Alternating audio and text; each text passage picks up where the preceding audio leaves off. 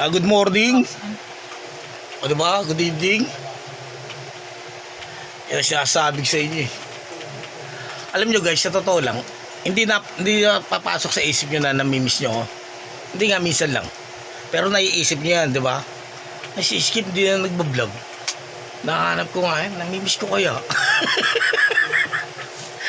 Oh, imposible hindi nyo mapansin. O diba? Hindi nyo maisip, imposible.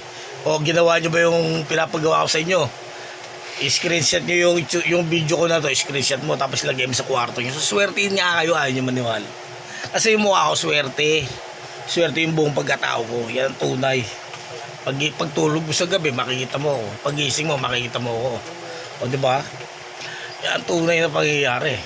Gusto ko nga ilagay mo pa sa yan pa eh, yung wallpaper pa nga yung picture ko eh. O diba? Para at least matatanda mo pag nagkita tayo sa daan. Uy, siya skip to ha. O diba? Ma-identify mo kagad ako. Yan siya sabi ko eh. Pag naglakad ako na may dala ako Armalite, ako yun.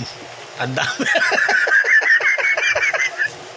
Solo flight na hindi ako nakipag sa ibang tao eh. O diba? Yan ang tunay na pangyayari. Kasi yung mga kasama ko US Army nasa Amerika eh. O diba? Sabi ko magbabakasyon muna ako rito sa Pilipinas. Yan ang tunay, diba? Gusto na kaya yung mga kasama ko US Army dyan.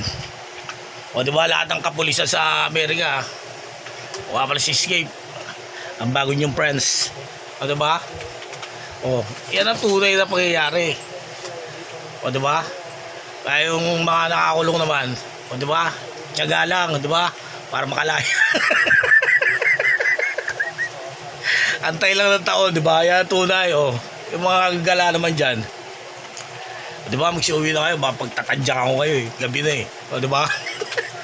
Mamaya mabagaan siya pa kayo. Sige na, sa labis na baby, are you there?